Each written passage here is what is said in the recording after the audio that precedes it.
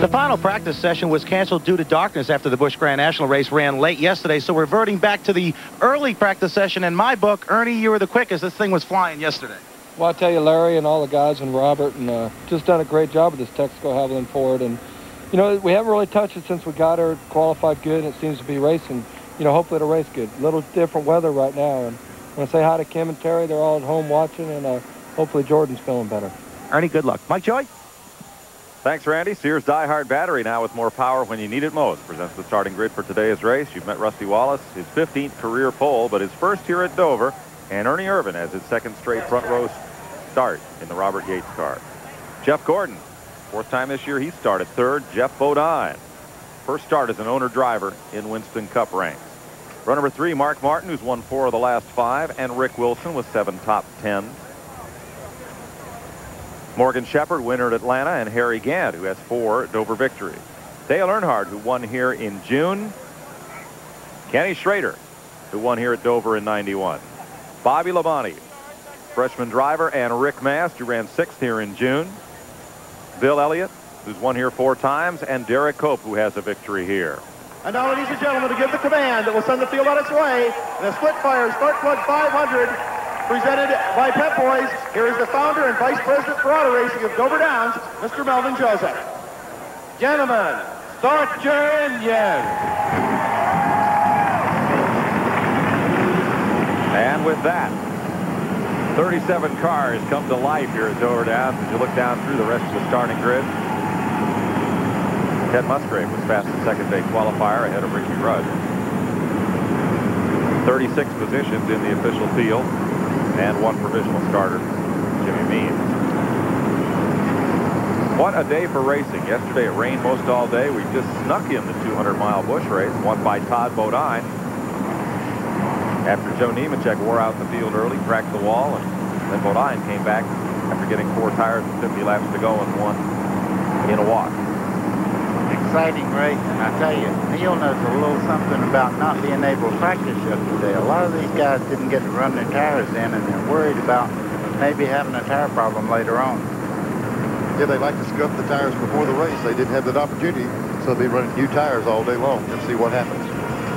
We'll be back to Dover after this.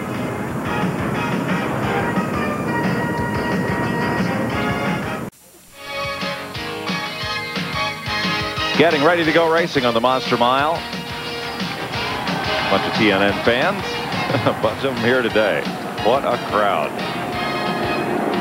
That's the new grandstand down to turn 1 as the field rolls out for the first of what looks like will be 4 pace laps today.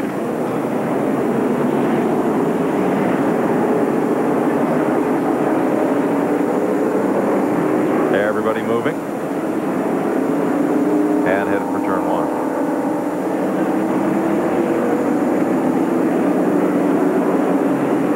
We'll be riding along with Mark Martin in the Jack Roush Valvoline Ford today, winner of 4 of the last 5 races. We'll have 3 cameras on board of Mark's car. First, what Mark sees through the roof cam. That's as close to his view as we can show you. And the over-the-shoulder 360-degree pan and tilt race cam, and also we'll have a suspension cam on Mark's car up there in the right front, which TNN pioneered at Rockingham. In fact, was on Mark's car. It's like one of his old favorite springs. It's been used a little bit. Just a bit. Look at the debris is generating off the right front tire there, just going around here now. That's why it's so slick the first couple of laps until you blow that away out of the groove. Well, he also will be riding with Jeff Gordon, leading rookie on the tour in the DuPont Finishes Chevrolet from the Rick Hendrick Racing Team. And there's a look at Jeff at work from the right windowsill over near the windshield post. And we got a roof cam on Jeff's car, but it's looking out the back, and that's the view he hopes he has of the competition today. And also the standard race cam is mounted midpoint in the roll cage, just over Jeff's right shoulder. And you see him following the pole sitter, Rusty Wallace. Dover Downs, 1 mile, measured 15 feet up from the inside rail here. 24-degree turns, 9-degree bank in the straightaways. Short straightaways for a mile track, just 1,000 feet. It means a lot of corner as you look at it from the aerial view. And the harness racing track inside of the stock car oval. Couldn't ask for nicer fall weather here in the mid-Atlantic states. There is the NASCAR weather radar painting essentially a blank screen. There's not a little bit of, I think, the cloud down there past Martinsville, Virginia. Hopefully it'll be gone by next week. 69 degrees, 64% humidity. Winds out of the north. Stiff breeze there, 13 miles per hour. No chance of rain today. Here's Randy Pemberton. Here's an update on the tire situation, guys. They ran this tire here in the spring, and if you can remember back, a couple of guys did cut down some right fronts. Now, this is the tire that they've used at Bristol. They also brought it to Michigan, where they picked up a tremendous amount of speed at Michigan up there in the recent race. Now, in light of the tires cutting down at Dover here last time, Goodyear has recommended that they up the tire pressure. It's going to be 50 pounds recommended on the right front, 30 on the left sides, or excuse me, it's 50 on the right sides and 30 on the left sides. Now, most of these teams have around 40 to 50 tires. They want enough where they can change tires about every 50 laps if need be. So that's really the tire story. And depending on who you talk to, there may be a problem and there may not. We'll just have to watch and see. A couple of laps before we go racing, Randy. Look at all the tires mounted up for these teams. We'll be back to Dover Down for the start of this race in a moment. Polaroid wants to know if you think you know NASCAR racing. In a few seconds, we're going to show you a photo and want you to spot the error and play the Polaroid Captiva photo fakeout game. They'll look for a green flag this time by. The field is in the backstretch in front of the horse race grandstand here at Dover Downs. Today's race starts 37 cars, 500 laps is 500 miles around this place. Bill Elliott set the race record back in 1990, average speed 125 miles an hour.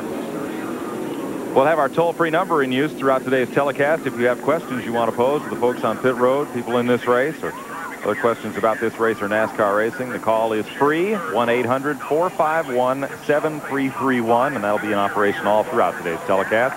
Make a note of the number. We'll repeat it in just a bit as we get ready for a start here at Dover Downs. 500 of the toughest miles anywhere in auto racing are set to begin. Chevy versus Ford on the front row. Harry Gant drops down low right there mid-pack at about the 6th row. Earnhardt behind him gets a good move. And the front three are single file coming off the corner. Rick Wilson up high really shook the car coming off of turn 2. And a crash in the back straightaway. Darrell Waltrip goes spinning, sliding. One car dives to the apron to miss him. And Dave Marcis is in the wall along with Bob Schat. Oh, what a tough break for Marcis. Southeast Technical Group, his primary sponsor today. There's Jimmy Means, who was involved in it. Darrell Waltrip just come by. He didn't hurt his car at all. He was up to full speed. And Bob Schat, the ARCA racer in the Queenstown Harbor Oldsmobile, pulls away with minor damage. Marcus's car is sponsored also today by a honeymooning couple. Got married yesterday. Alan Young from New Jersey called up Dave, said, what would it cost to get on that car? And Dave told him, and he sent him a check, and so congratulations to them. Hope the marriage survives better than that quarter panel. For the first lap. See what happened. Top of your screen. You see Darrell crossed up right there. He's down near the bottom of the racetrack. He lost traction coming off that corner. I don't know whether somebody bumped him or what, but he just turned around there on the straightaway. Jimmy Spencer gets through. Spencer was the car right behind. There's Shack into the outside wall. And he's going to come down into Marcus. Oops. Sorry, Alan and Tina.